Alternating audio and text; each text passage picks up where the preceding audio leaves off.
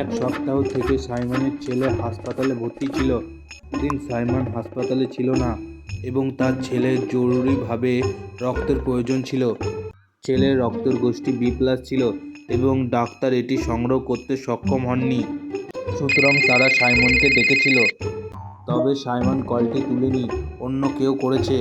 ডাক্তাররা তাকে পরিস্থিতি সম্পর্কে অবহিত করেন। সাইমন যখন এ সম্পর্কে জানতে পারেন তখন তিনি খুব খুশি হন।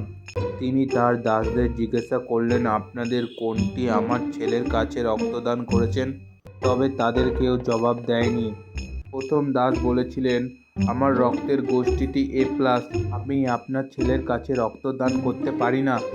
দ্বিতীয় দাস বলেছিলেন, আমার রক্তের গোষ্ঠী বি+, আমি আপনার ছেলের কাছে রক্তদান করতে পারি না।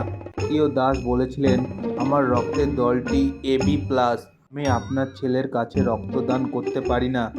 চতুর্থ দাস বলেছিলেন, আমার রক্তের গ্রুপ O+, আমি আপনার ছেলের কাছে রক্তদান করতে পারি না। আপনি কি অনুমান করতে পারেন যে সাইমনের ছেলের কাছে কে রক্তদান করেছে? 1, 2, 3 নাকি 4?